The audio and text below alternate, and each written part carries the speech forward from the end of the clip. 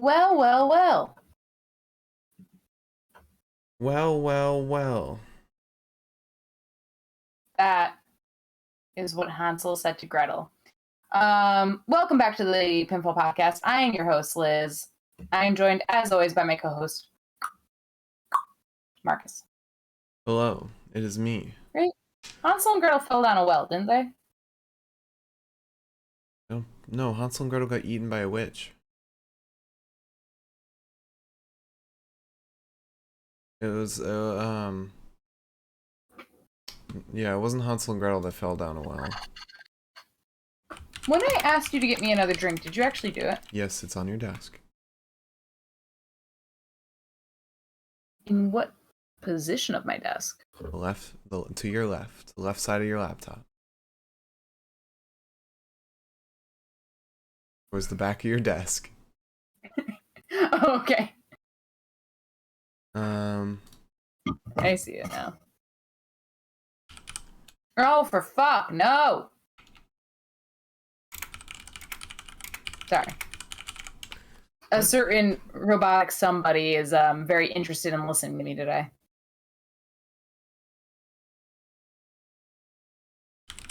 Hansel and Gretel fell down I well. didn't they fall down a well?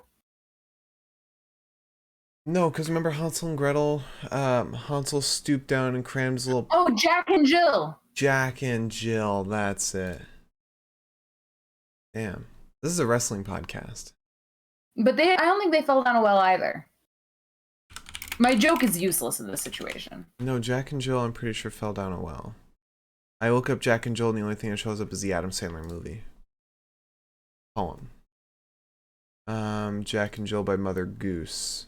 Jack and Jill went up the hill to fetch a pail of water. Jack fell down and broke his crown, and Jill came tumbling after. Oh no, they didn't fall down a well, they just fell down a hill.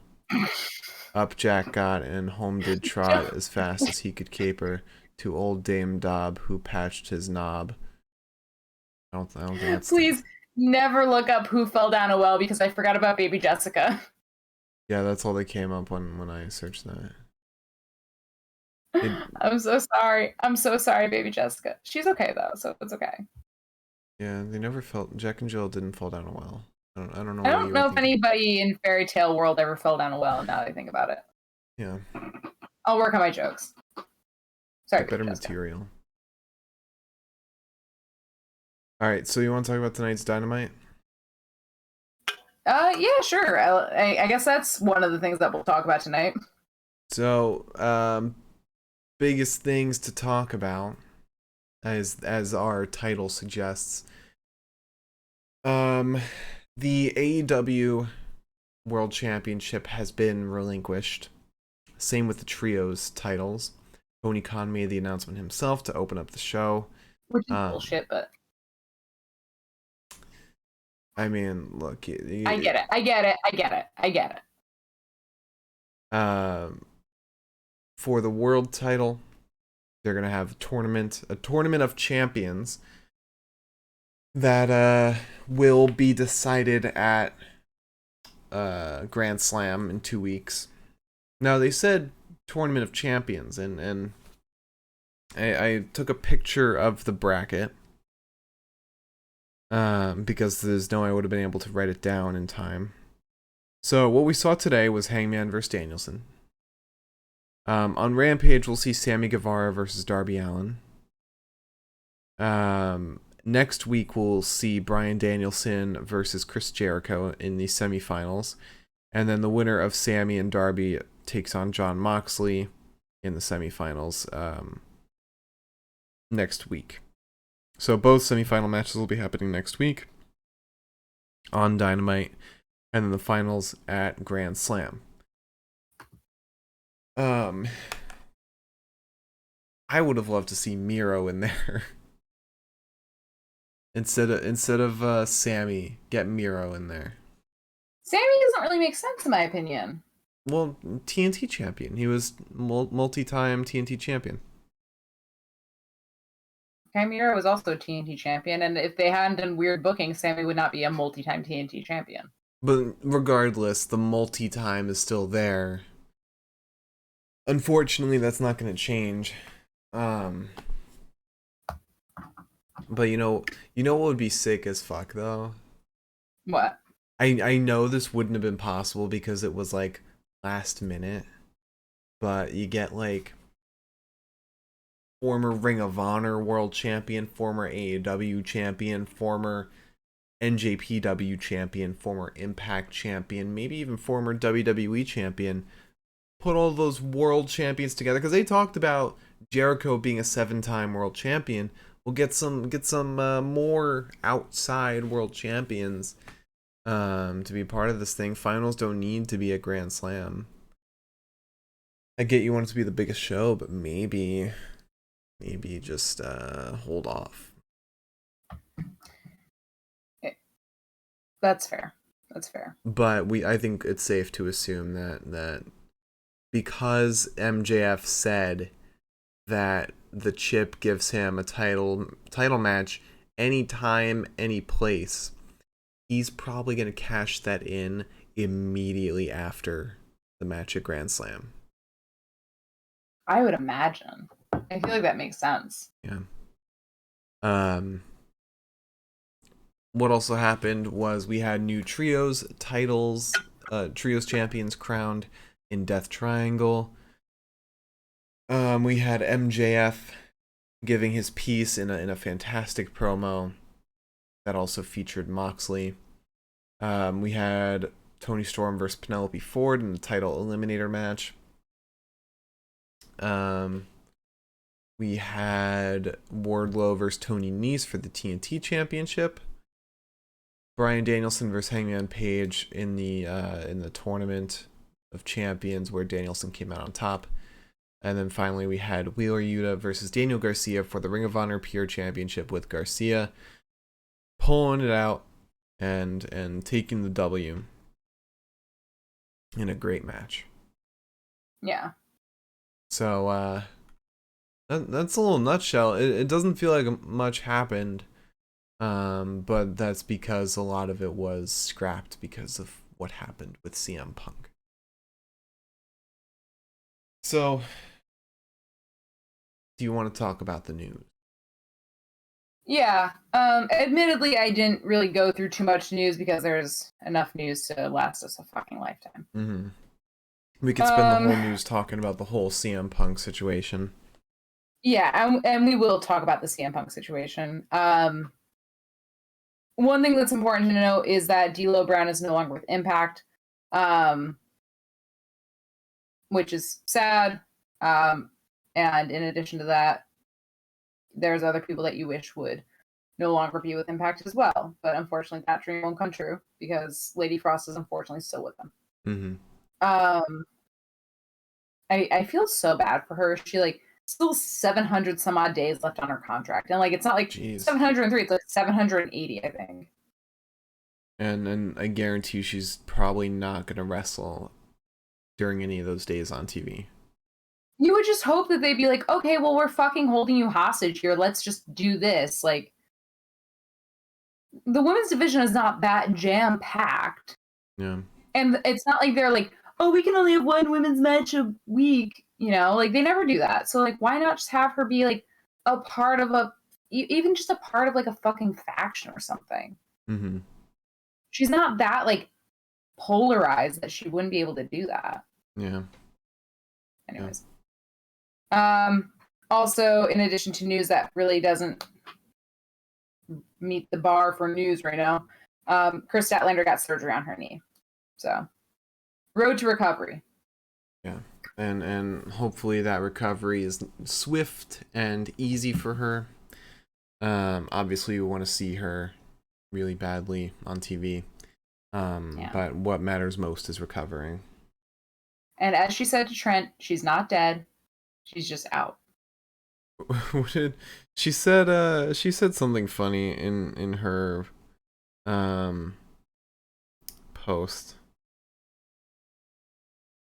she posted her a picture of her after the surgery in the hospital bed. She said, "I must have been thinking of you when I got injured because you made my knees weak." Yeah. Also, has come to light that Pat McAfee is no longer, well, not no longer, that's wrong to say, is not currently going to be doing WWE stuff anymore. He signed a contract with ESPN. I don't remember what it is, but It was like ESPN basically, Game Day. Yeah, that's what I thought it was. I couldn't tell if that was true. Basically, what it is ESPN has a college football show.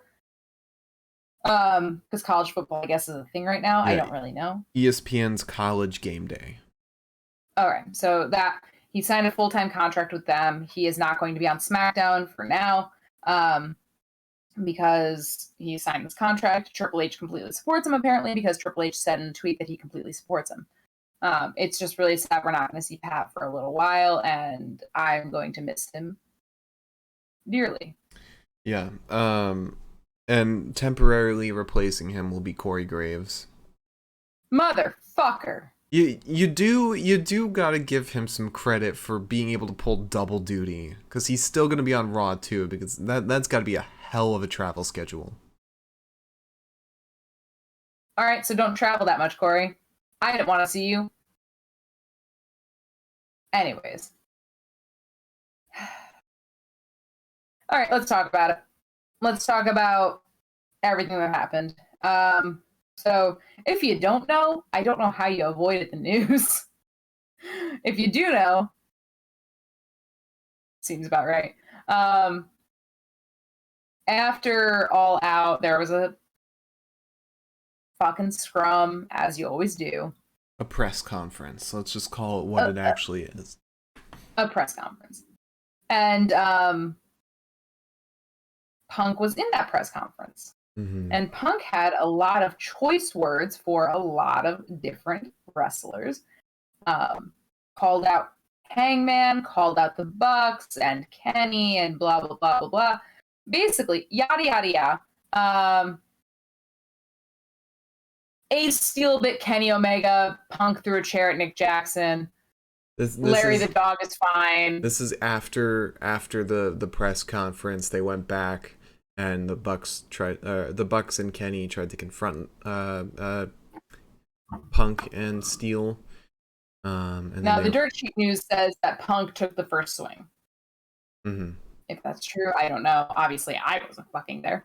Yeah. But that is what is rumored, that Punk started it. And that is why you currently do not have an AEW World Champion. Because there was a scuffle, if you will. Ironically, the scrum in rugby is probably the most violent part of rugby, if I'm not mistaken. Because the scrum is like sort of like, you know, like football where like they all like come together. Mm-hmm. I've watched rugby before. I'm pretty sure the scrum is when like everybody comes together. I think that's the scrum. So ironically, during the scrum, there was a scrum. Yeah, so everybody has been suspended. Ace Steel is no longer on the road. As far as AEW is like concerned. Obviously the Bucks and Kenny being EVPs, they're suspended, and that's that. There are rumors, and I don't think they're completely truthful at this point, just based on time. Basically, it's been said that Punk either will have to grovel or else he's out of a job. And I don't think that Punk is the type to grovel. Mm-hmm. Punk is also injured at this time, apparently. Yeah, he got injured. He got injured during that match against Mox.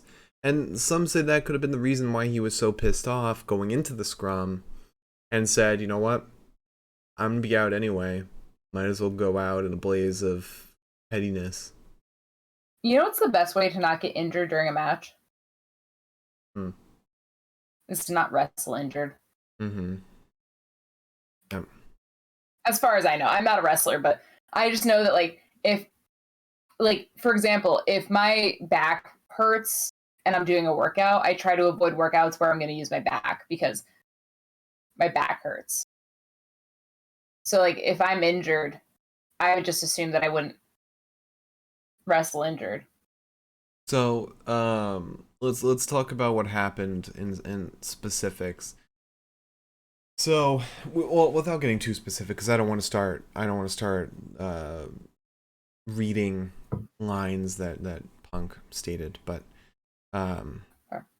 Punk started off the scrum, and how this aired on, I think it was YouTube. They started with Punk's, you know, a Punk kind of mid sentence or something, mid sentence as it faded in, but video footage showed from some other presser that was there.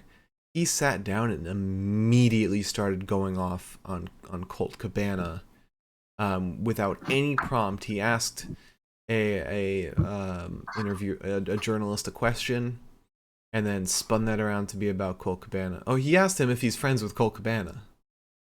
And Imagine just throwing that little match onto the fucking gasoline doused trash fire that was Punk right there. yeah. Just being like, here we go. Yeah. So he started going off on Colt Cabana and turned it around to be about Adam Page, saying he went to business for himself.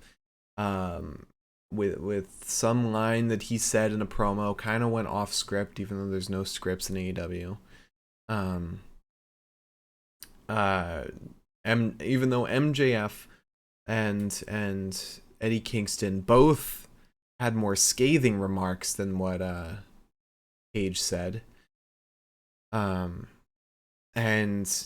he continued to talk about how the EVPs are feeding information to the press, incorrect information, according to him, about Colt Cabana. And Sean Ross Sapp confirmed that the information given to him about the Colt Cabana Punk situation was not given to him by the Elite. Which the Elite are the Young Bucks and Kenny Omega in this case. The Punk called the EVP's children, called Hangman Adam Page an empty-headed fucking dumb fuck. Did he? I'm sorry, I didn't actually see the whole. Mm-hmm. Were those his words? Yes, an empty-headed fucking dumb fuck. Jesus Christ. Okay. Sorry, that's a lot. Yeah, I watched all that Punk had to say, and he said he works with a bunch of babies or a bunch of children. Children. Yeah. And at one point Tony Khan tried to interrupt him and get him to move away from the subject, but Punk essentially dropped that and continued on with his remarks. And so he after that scrum, he was confronted by the Young Bucks. Apparently, what I've heard allegedly from sources, I think it was Fightful that reported this. The Bucks or the Elite knocked on his locker room door and he refused to answer. So they said he was going to knock down the door, or they said they were going to knock down the door, and then the scuffle lasted 6 minutes. 6 minutes is a long ass time for a fight. Yeah. And some stuff that happened was Punk threw some punches. Ace Steel threw a chair that hit Nick Jackson in the eye. Larry the dog started biting or something and then was taken out by Mega Perrick. Larry the dog, as far as I know, I could be mistaking what I heard.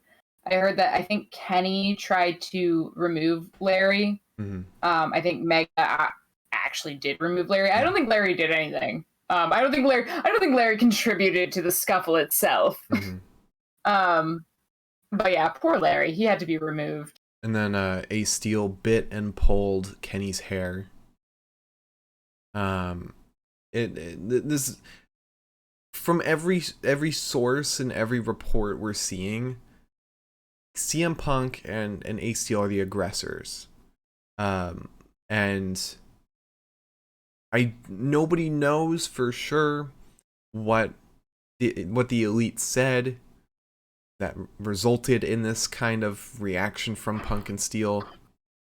However, this shit is bananas, and you don't just get to throw punches at your superiors and throw a chair at your superiors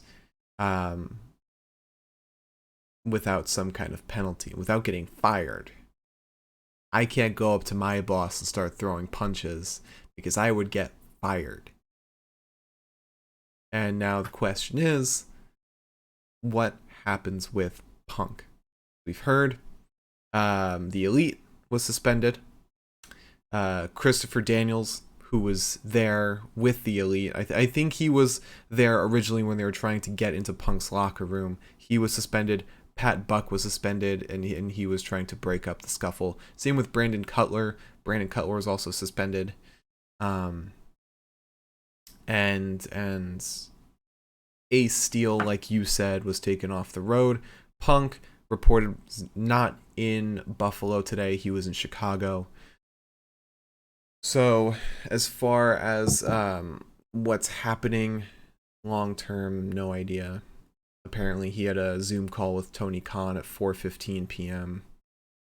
To discuss the situation. And so as far as we know, he should be fired, but of course there's some information that we don't know since they're doing a whole third party investigation. Yeah. I mean, yeah, like you said, obviously you just can't throw punches and like get away with it. Which is why I feel like there's a lot of information we're missing, which has a lot to do with what the Elite said. You know? Yeah. And as far as I can see, there has been nothing nothing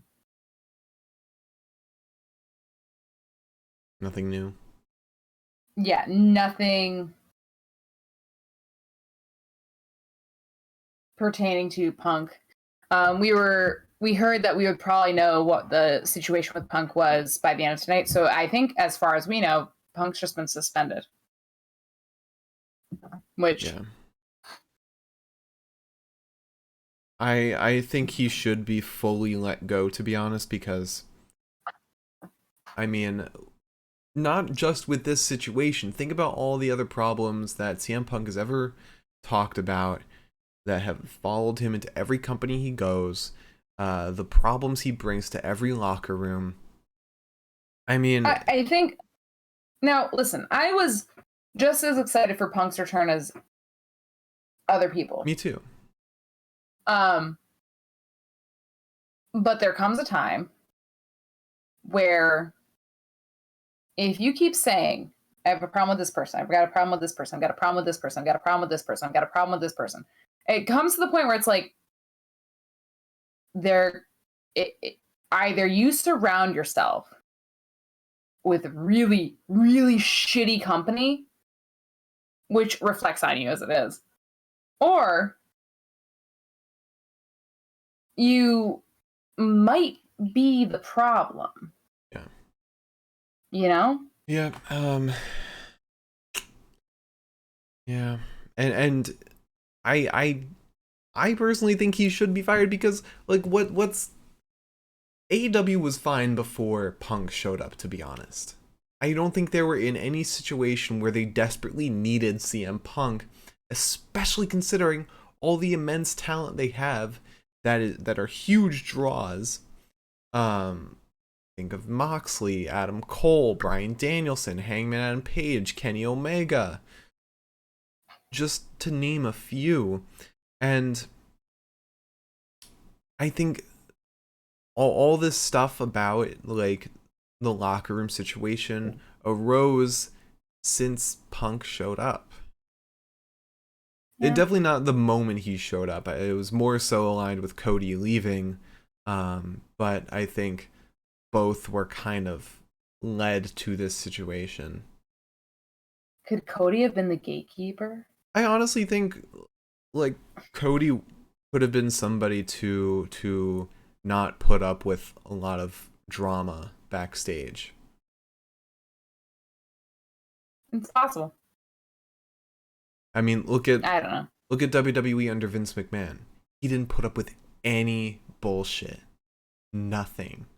And you didn't hear about any of this. You came, you did what you had to do, you read your script, and that was it. Yeah.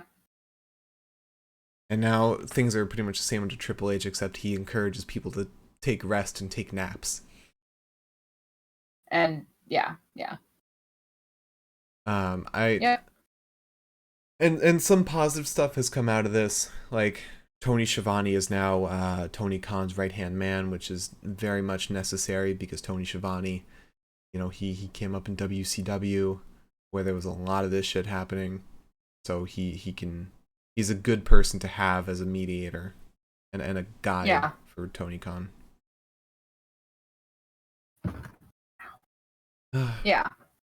But we'll see how this I don't know. develops. It's just a mess. And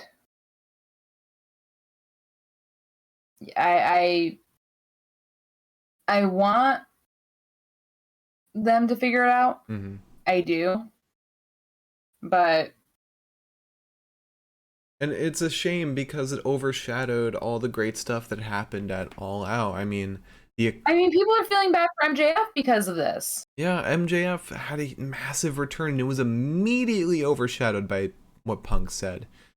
I mean, Tony Storm had a scathing remark for Thunder Rosa that was overshadowed by this, and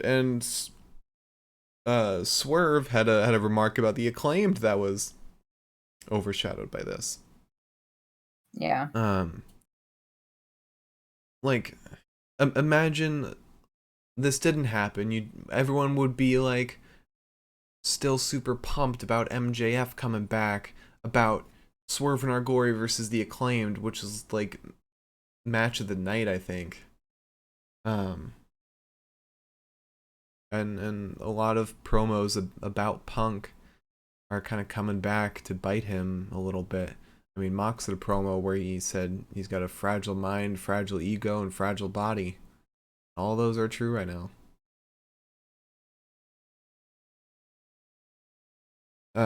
Yeah. I assume you don't have any more news since... No, I finished off with that because it just felt like the right place to finish off. Okay. If you want a little positive thing before we move on to today's episode, at Warrior Wrestling, a little dream match is going to happen. The Lucha Bros versus the Briscoes. That sounds like an amazing time. And that's what is it, October 2nd in Chicago. Warrior Wrestling's Midwest, I think. Are they? Makes sense. But that sounds like it'll be fun. Warrior Wrestling always loves to put on those bangers. Like they had Athena versus Thunder Rosa. That was like one of our favorite matches of the year. Yeah, that was really good. All right. So, you want to talk about Dynamite?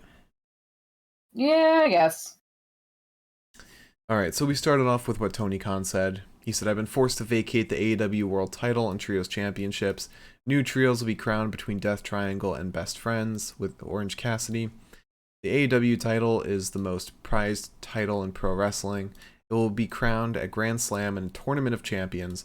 Tonight is going to be a great night of pro wrestling, and pro wrestling will be at its best." Can we just talk about like how weird and surreal that promo was? You thought it was weird? Like that felt so strange. It felt so strange. I thought it mostly felt strange because that's the best Tony Khan has talked since AEW started.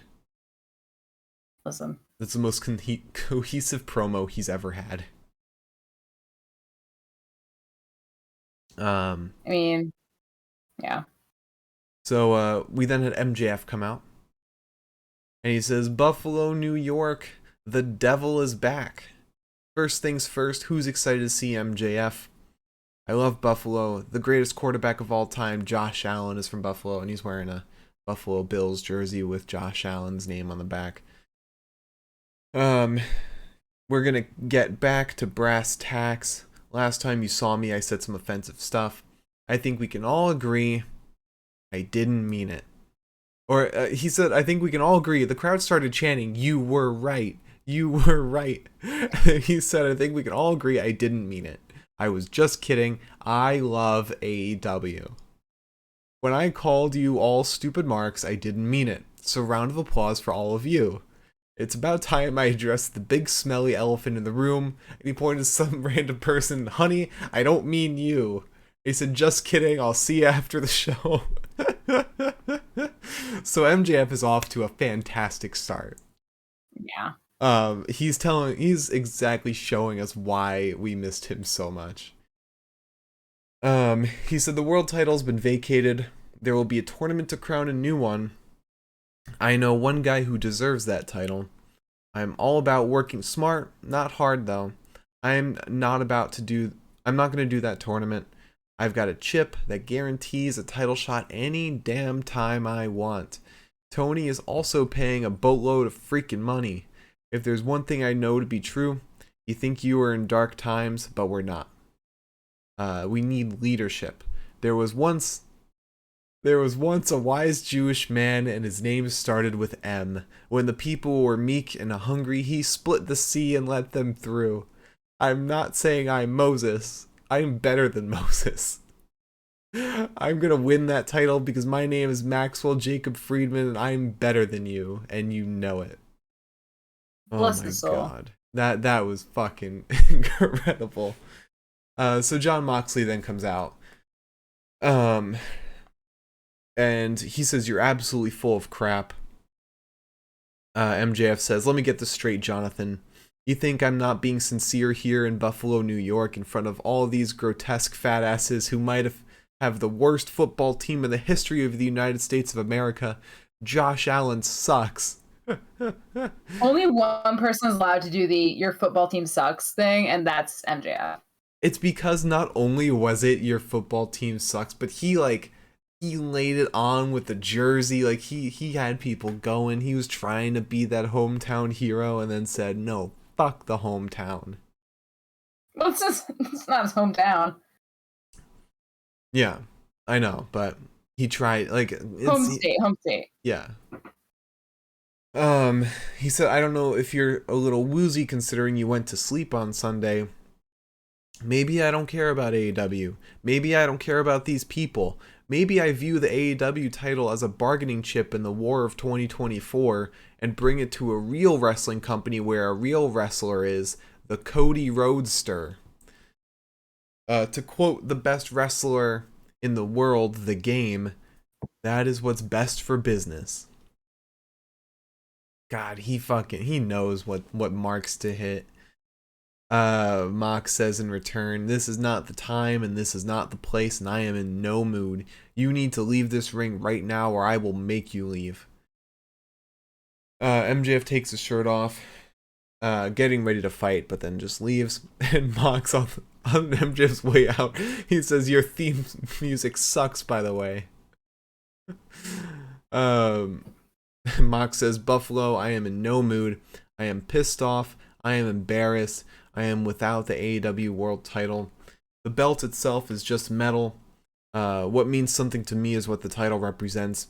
It means something to a lot of people. It represents passion for the sport and this business, passion of the people in the back and the people in these arenas. It represents when the world needed heroes. When we started this thing 3 years ago, the world championship represents the freedom to be as willing as you dare to be. It represents slaying demons, everything I love about this business. The fact remains, on Sunday I lost. That was on me. I made mistakes. I got pinned. I missed the game-winning shot. I was supposed to be on vacation until 2 days ago. And also I checked Instagram during this, and you could tell that that's true, because today during the show, Renee made a husband appreciation post for him. And you could tell that was meant to just cheer him up. Oh, I feel so bad. He says, this is one hell of a big rock to push all the way to the top of the hill. Jericho, Danielson, Darby Allin, Hangman, Sammy Guevara. Winners always want the ball when the game is on the line. I want the ball. So hell yeah, I'm going to take the shot. This isn't just time to win. This isn't the fourth quarter. This is time to be a legend. And so we then have the first match of the evening, Death Triangle versus Best Friends. And this is a really fun match. Yeah. So we technically start with Pac versus Orange Cassidy, but Pac is like, I want nothing to do with this. So he gets Penta in. We have some vamping for a little while, a little Sarah Mieto, and then little sunglasses, hands in the pockets shit. Then we get a Hurricane Rana 2 Penta. It falls apart. Everyone's getting moves off on everyone. We go to commercial break. When we come back, it's Pac versus Trent. Trent fucking caves Pac's chest in with like a solid stomp. And then we go ringside a little bit. Danhausen punches Alex Abrahantes in the balls, if you will. Gets kicked in the face, though, by Pac for his troubles. Orange Cassidy then dives out onto Pac, gets him back in the ring for the crossbody. He ends up DDTing Pac, who, he lands on his feet, but like not in like a good way, I guess. In like a, damn, you really got dropped on your head way. Mm-hmm. Like in a flip cup way. Chuck then gets in. So do the Lucha Bros. I believe it was Penta who was last in at this point. They get clunked into one another, and then we get a back separate Chuck, though, and a Cazadora sandwich to Chuck. Trent gets in. He gets a boot to the face of Phoenix, and, like, then we get a cute little best friends hug, giving the people, what they want.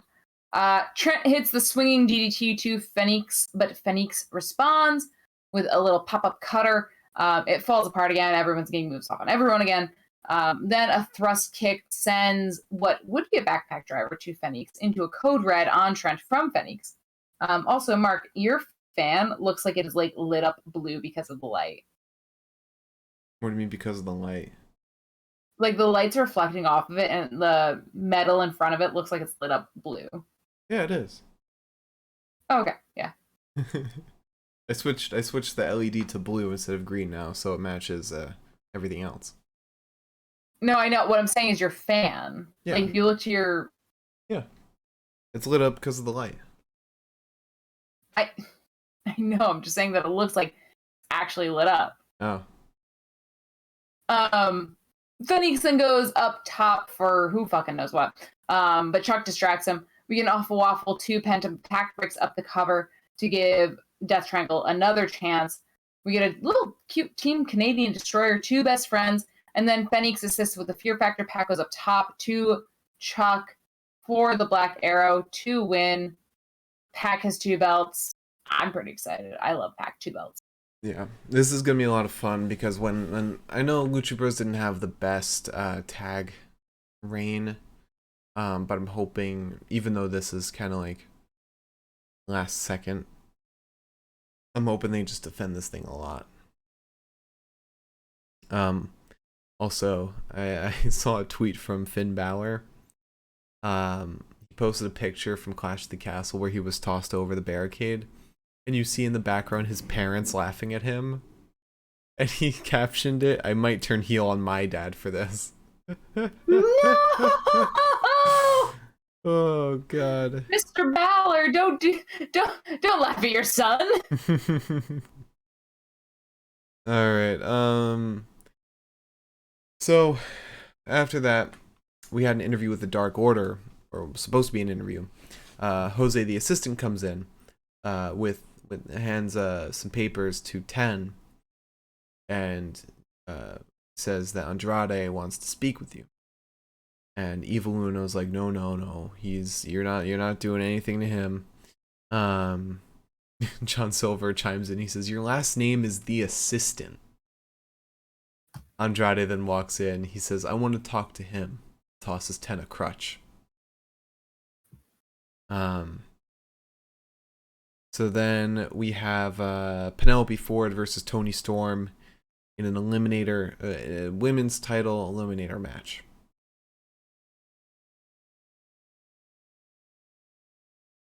Yeah. This was a match. We get a head scissors to Tony and a few elbows. Tony takes Penelope off her feet. We get some shoulder tackles and like a hell of a drop kick to Penelope, and she sold that like a champ. We then get a big drop kick through the ropes to Penelope that she also sells like a champ. Tony, however, gets sent into the steps. Doesn't really matter. Back in the ring, we get a big boot to Penelope before slinging her into the corner with an uppercut. Get a big old hip attack, and then it gets like a little weird because Tony is like nearly Northern Lights suplexed, but then Tony turns into a DDT, and then Tony wins. Mm-hmm. Yeah, it was a very weird finish.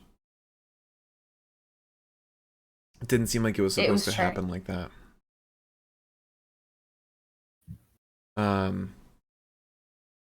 But after that, we had a video package for 2.0 and Hook and Action Bronson. Their match, it's gonna be a tag team match from what I've heard at Grand Slam. I don't know if they announced this is gonna happen at Grand Slam, but reports are saying that it's supposed to be. So then, after that, the Acclaimed come out. And Max is ready to fucking rap. He's ready to give the people what they want, and that's some scathing rap on what happened at the scrum. But as soon as he's about to start, Swerve comes out. He says, "I'm sorry, Buffalo. Were you here to hear some corny rap jokes from the Acclaimed? I have a joke for y'all. Acclaimed is AEW tag champs, and he is getting booed like fuck." And you know why Keith Lee didn't come out for this? Because he knows, and Swerve knows, that Swerve can handle the heel heat, and he's good at it. Keith can't ruin that baby face. Swerve literally almost turned on his partner, Keith, in the midst of a tag tournament. Yeah.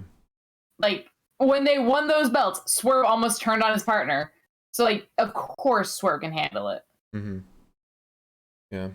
Also, somebody tweeted, "Please also suspend Dan Lambert just in case." Yeah, you know, they're right. So, Daddy Ass Billy Gunn chimes in. He says, "I don't know if you're listening, but this ain't your house anymore. This is Daddy Ass's house." Anthony Bowens says, "Because of all of you, in 2 weeks, Arthur Ashe in New York City, Acclaimed versus Swerve in Our Glory 2.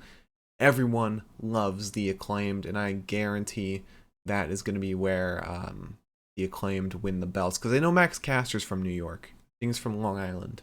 I'm not sure where... He is from Long Island. Bowens is also, I believe, from Long Island. Is he? Okay. Because I know they're...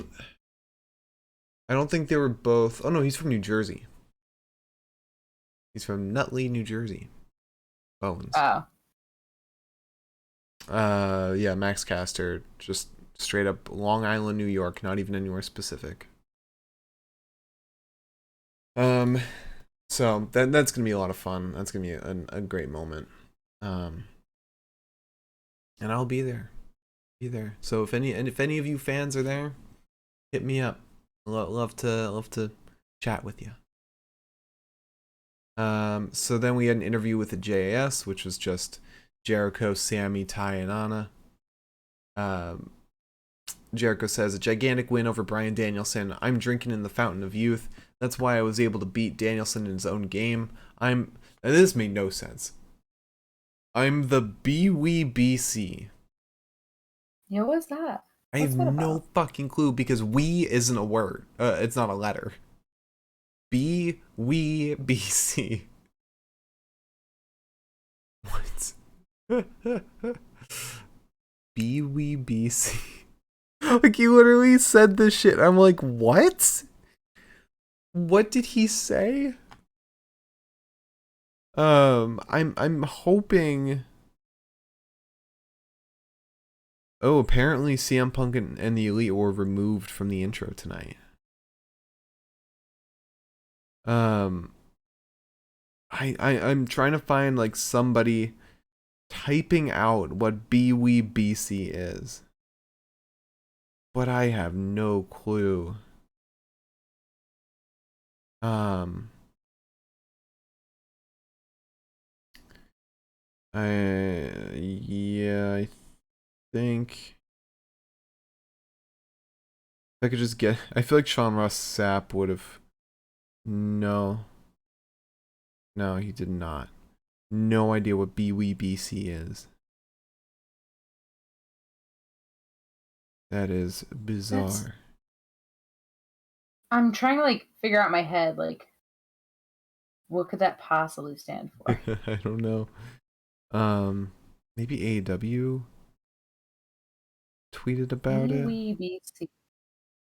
I'm saying like BWE, yeah, like space BC. Yeah.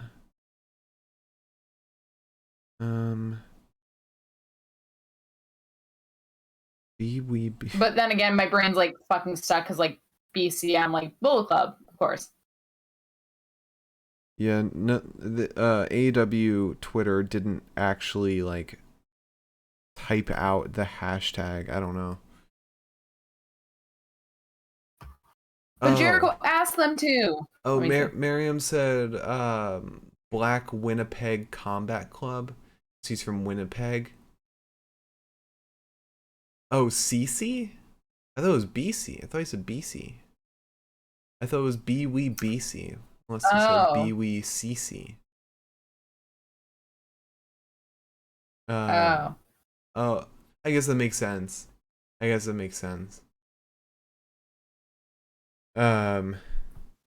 Jericho's most famous line, "I'm from Winnipeg, you idiot." No, he's literally from Long Island. I don't know what he's talking about saying he's from Winnipeg. He's not. He's from Manhasset. He's Canadian. He's from Manhasset. Am I wrong? Yes. I thought he was Canadian.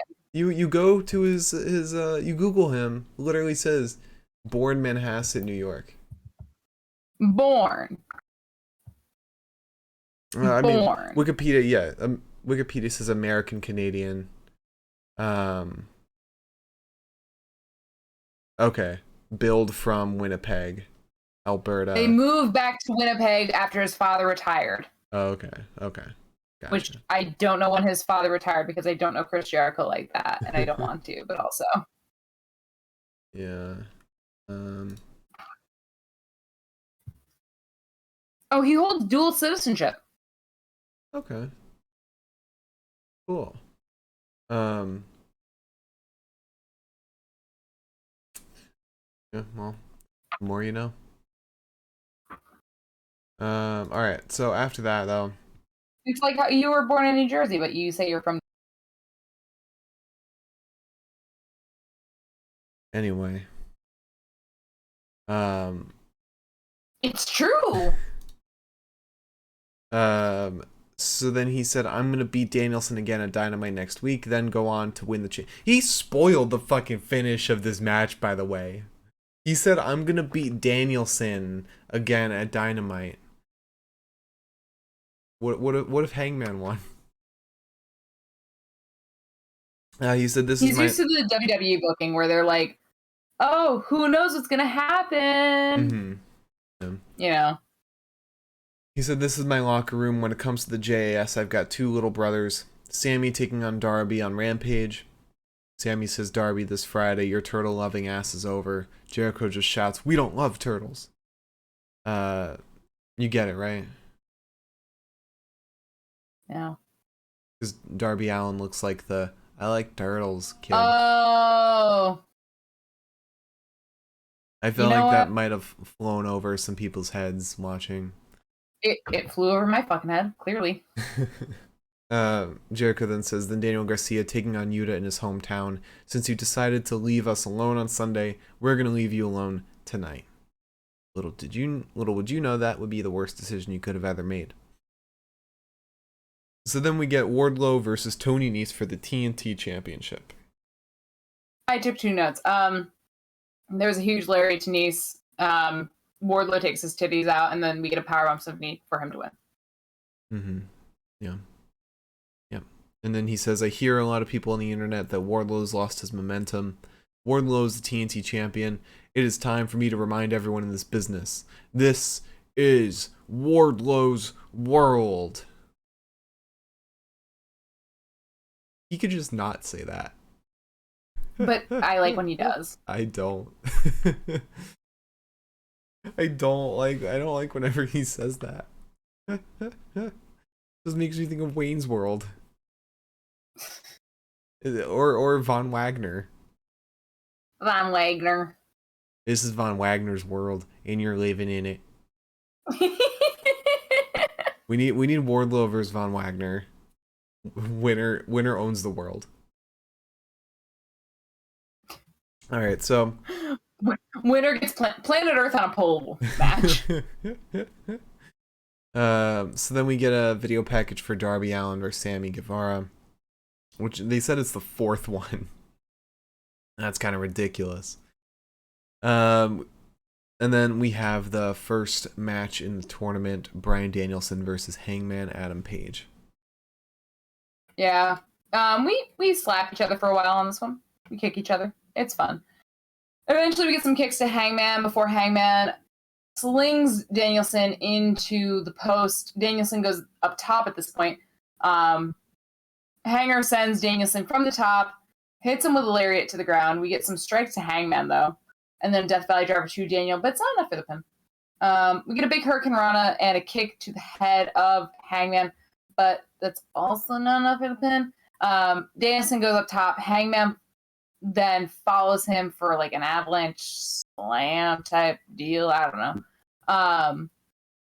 Then we get a big sit-up powerbomb to Danielson after a near backslide. Danielson goes up top again. Hangman meets him, but Danielson slips down. He puts Hanger in the Tree of Woe, starts hammering his chest with kicks. We get a sliding drop kick to Hangman as well. We then go up top again with some hammering and elbows. He wants the superplex, but Hangman lands on his feet. According to Excalibur, we get a comebacker lariat to Danielson, but it's brought right into the lapel lock on Hangman because apparently Danielson's been targeting the arm of Hangman at this point. We get an armbar on Hangman, which goes right into the lapel lock. Hangman ends up getting a deadeye to Danielson, but Danielson kicks out of the pin. He gets the psycho knee, but Hangman rolls the hell out. He's kicked way too close to the ropes. Decides to leave. Danielson wants the tope suicida, gets powerbombed into the apron after attempting such things. But back in the ring, we set up for the buckshot. Danielson ducks it, gets the O'Connor roll to win. And like a bridging O'Connor. Yeah. Yeah, really cool finish. These guys, I mean, everyone in this tournament is gonna have a fucking banger. There's not gonna be a single match in this tournament that is not a banger. Even Sammy and Darby is gonna be some fucking crazy shit. That might end up in Sammy getting maimed. And the finals is gonna be insane. Danielson versus Jericho 2 is gonna be wonderful. And then I'm pretty sure it's gonna be Moxley in the finals.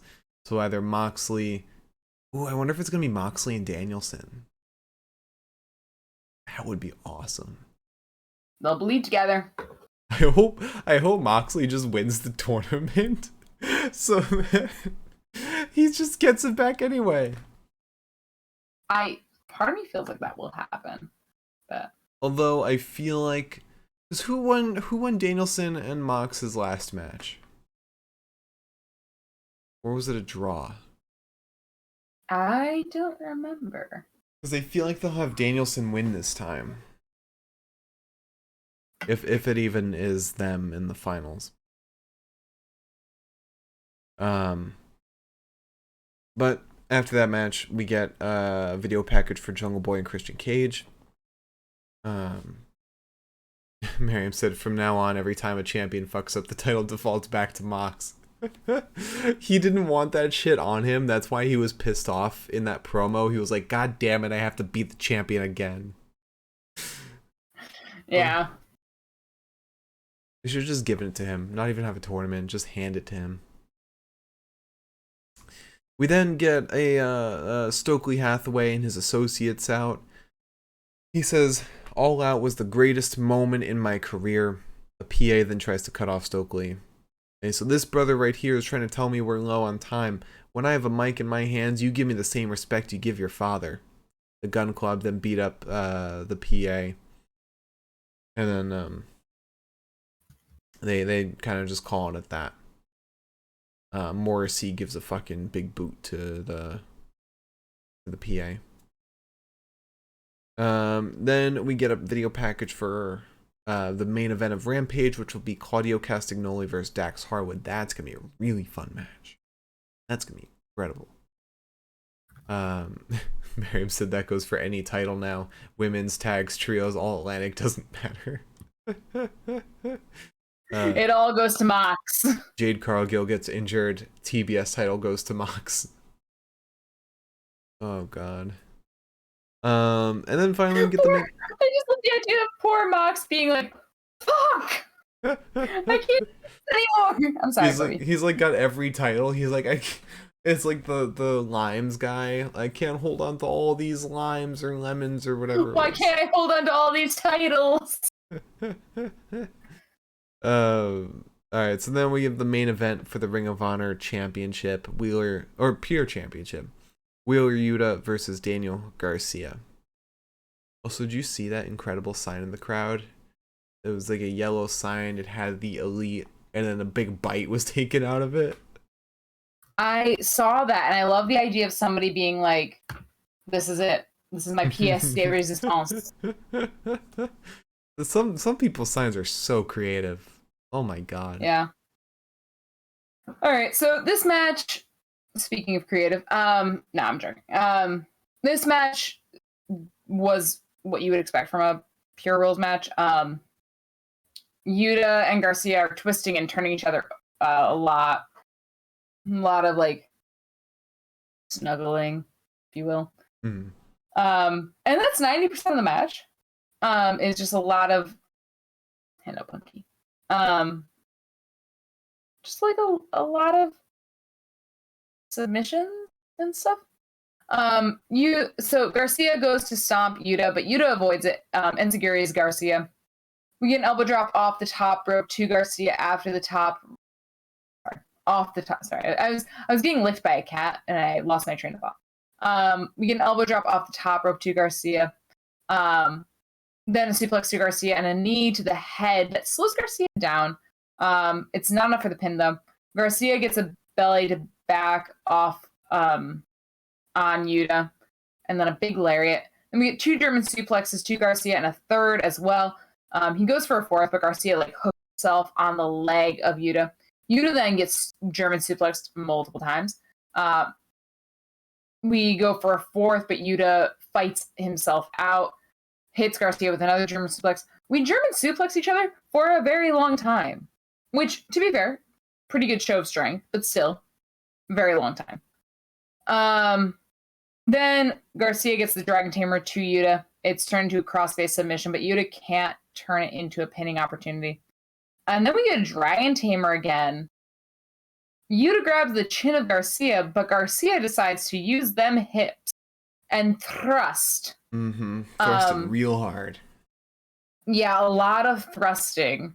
To tap out Yuta, which, you know, I'm sad that Yuta lost the title, but I'm glad that Garcia got the title. Yeah, it was the end to a wonderful story, a story of being in Yuta's shadow since being on the Indies.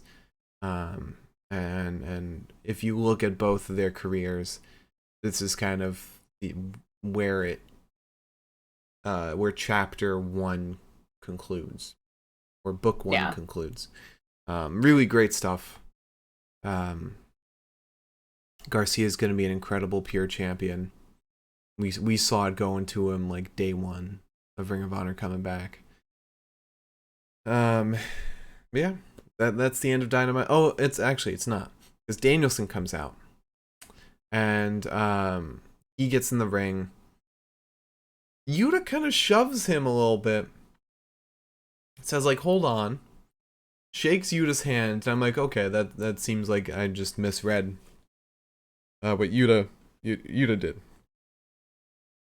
And then they shake hands, but then Garcia is like, looking at Danielson. Danielson rips the title from his hand. I'm like, wait, what? What's happening? But he rips it out of his hand to just tie to put it around his waist. And I'm like, they keep giving us all these weird mixed signals. It was a hardcore mixed signal promo. Mm-hmm. And it also seemed like Danielson walked out of the heel tunnel because he was like on the left side of the ramp, like viewers' left side. It was very weird. And then Jericho comes out. He's like he's shook at what he's seeing with Danielson and Garcia. So I wonder how that's going to culminate next week with Danielson versus Jericho. But we'll see. All right. You want to talk about the best of the night? Yes. All right. So before we get to the best of the night, if you have a question for us, please leave it in the chat now. If you're watching on YouTube, leave a comment. We'll get to it in the next one. If you're listening on Spotify, join us at twitch.tv/The Pinfall Podcast to chat with us live, or DM us on Twitter at Pinfall Podcast. And if you're listening to this on the Spotify and you're like, this episode of Dynamite happened like 2 weeks ago, I'm sure they don't mean it still. We do. I'm just slow. I upload things very slowly. And I don't mean to. It's true. But I have a full-time job. All right, so let's talk about promo of the night. And I don't think there's any contest. It's MJF and Mox. Yeah, it's gotta be. That whole segment. MJF fucking gaslit me. Oh god, that was so great. Yeah, that whole segment was incredible. All right, wrestler of the night. Here are your 3 choices: Pac, Daniel Garcia, Bryan Danielson. Daniel Garcia. All right, cool. And let's talk about match of the night. So I got 2 kind of tied, and I'll let you decide the winner. So I've got Wheeler Yuta versus Daniel Garcia, or Bryan Danielson versus Adam Page.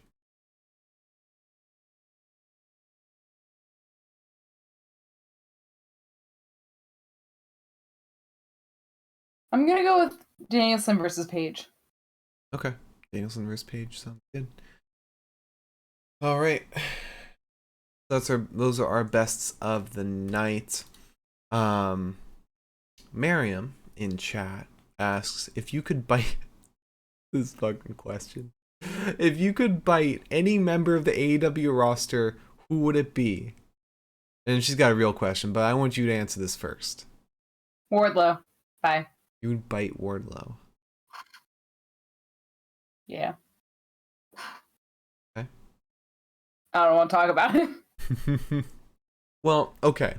So biting someone on the roster would most likely mean risking your career, risking your job, or at the very least a suspension, and probably any title that you're holding.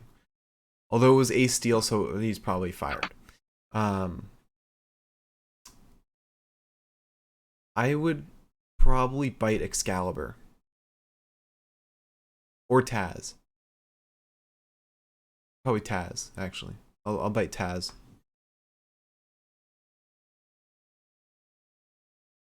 What if he's 6 hook on you? I'll bite Hook too. And then Okay. I'll probably have to bite Action Bronson too. Yeah.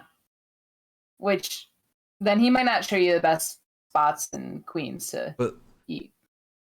But then I've met Action Bronson. So in the biblical sense, yes. But Miriam's real question is who do you want to see? Was that not the real question? That was not the real question. Fuck. Who do you want to see Daniel Garcia face in his first defense of the Pure title? I mean, I'd like to see Josh Woods on TV. So. Yeah. Mark doesn't agree, guys. I mean, I want to see him on TV too. He was on TV actually. Yeah, but like again. You know what? I mean, a story-wise, I want to see him fight Chris Jericho as his first defense.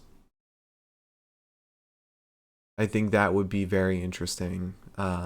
Jericho basically saying like, "Hey, you don't deserve that title." That's fair. Okay. However, I think the one I want to see most and that I will be most entertained by is Hook. I want to see Hook going for that title. I think if we're talking like good story, good match, Garcia versus Danielson. Yeah, but that would have to be, I don't know, because he's already beat Danielson once clean. Well, this is my opinion. Yeah. Oh yeah. It's my opinion. That would be a very fun match. Cue the sound clip from the Real Housewives. I'd still pick Hook. Okay. I would go with Danielson, but also Josh Wood. Mm-hmm. Okay. I'm not very creative, and I don't care. Kevin Blackwood. Because I feel. Ooh. I was gonna say I feel staunchly in my opinions, but maybe now I don't. Who are some other technical guys? Zack Sabre Jr. Get Zack Sabre Jr. over to America and fight Daniel Garcia. You would have to drag him kicking and screaming through customs to get him into America. I mean, he made like it once. In customs, like you know how like they like have like lists of shit that like you cannot bring through customs. Zack Sabre Jr. is one of them because he's like, please don't bring me to him. I mean, he came over once as it is for Forbidden Door. Yeah, and he complained about it. In kayfabe? He complained about it. I don't know his life. Then how would you hear him complain about it? Okay, sure. It was in kayfabe then. Okay. Because he doesn't have any social media presence. Mm-hmm. Thatcher would also be a good one. Get him again. Kate screaming through customs. I feel like you could get him to do pure he did title match. He did just wrestle Yuta. Mm-hmm. I don't know if that was for the title, but he did wrestle Yuta. No, it wasn't for the title, but no, it couldn't have been. Yeah, you're right. But he did just wrestle Yuta, so I guess he has been here. Mm-hmm. And it was also in New England, so like, damn. I mean, it'd probably be easier to get him to come to America than Zach because at least Thatcher's from America. It'd be easier to get him to come to America than Zach because Zach's like Ameriphobic, if that's a thing. Instead of xenophobic, it's Ameriphobic. He's afraid of that healthcare, the paid healthcare or lack thereof. Yeah. I'm still sticking with Hook. I think he's the best choice. All right. I'm gonna stick with Josh Woods because I want to see him on TV again. Okay. Get him a nice push. Yeah. Make him like actually a part of the fucking roster. Yeah. Because he's great. Josh Woods is great. They should. He's incredible. They should have kept the foundation together, but. Well. You know, it's funny. Gresham is fighting Nick Wayne. Oh, that's cool. At like one of the next GCW shows. That's cool. Means nothing in this context, but a lot of these upcoming GCW shows are kind of coming back to form, which is really nice. Yeah. Actually, it's funny. They just posted like a bunch of cards, and it's like Gresham versus Nick Wayne, Joey Janela and Starboy Charlie versus South Pacific Savages, Mance Warner versus Hunter Freeman, and Jordan Oliver versus Kevin Blackwood for GCW Shooting Star. Oh wow. Yeah. And Bussy will be there, so like, can't complain. Maybe sometime soon we'll have to do one of our weekend shows as GCW again. If they can put together a good card when we're both around. I do miss a GCW show that's held in like somebody's fucking basement. The what was it? The PBR Center or something? Oh, I don't know, but it was. I do remember one that was like very much in like a shed, and I was like, "Oh yeah, this is wrestling." That was their was it Loco crossover show? Yeah, and like there was a point where like they were supposed to be putting up like a cage, and you could hear what's his face, um, Brett Brett Lauderdale. Sorry, Brett Lauderdale on like the mic saying, "Don't do it right now, don't do it right now," or something like that, and I was Yeah. like, "What's going on?" But yeah, anyways. Anyway, just want to remind everybody, tomorrow will be the last show, the last recap for a little while, with the both of us. With us together. Yes, Yeah. that yeah. With us If together. you like Mark a lot, then you will want to tune in for the next 2 weeks. If you like me a lot, then you'll want to tune in for the week after the next 2 weeks, so 3 weeks from now. Yeah. If you hate me, then tune in for the next 2 weeks. I'm thinking for when I'm doing it solo, or maybe I'll get a special guest. I'm thinking instead of doing recaps, I'll do some live watch-alongs instead. There you go. That's a good one. Might be a little more. I won't be doing that because I don't know how to. You don't know how to? Okay. I barely know how to use your computer. But that'll be happening starting on a week from today. We will not be doing until like the first week of October, I think. Maybe last week of September will be the last one, or will be when we start doing them together again. I'm fleeing the country. I'm not. I'm just going on vacation. No, Mark's going to stay in the country, but I'm fleeing it. I want everyone to know that this vacation, I'm fleeing the country, and I want it to be put like that. Mm-hmm. We'll be back to doing recaps together on October 5th. 5th.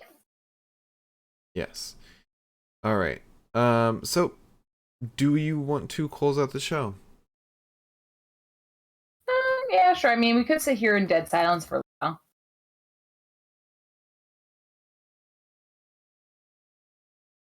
No. Okay.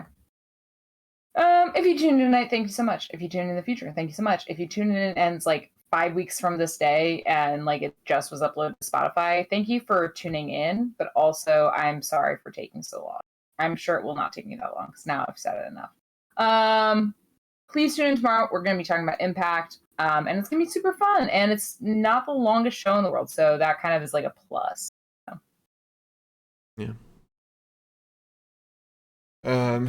Thank you all so much for watching. Follow and subscribe. All of our stuff, YouTube, Twitter, Spotify, and Twitch is all Pinfall Podcast.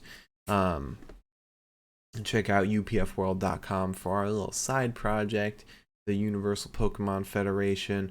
We got a brand new shop domain, upfworld.shop. Grab all of your wonderful UPF merch, shirts, and accessories today. And we'll see you tomorrow for Impact Wrestling. Have a great rest of your Wednesday and a great start to your Thursday. We'll see you tomorrow. Bye-bye.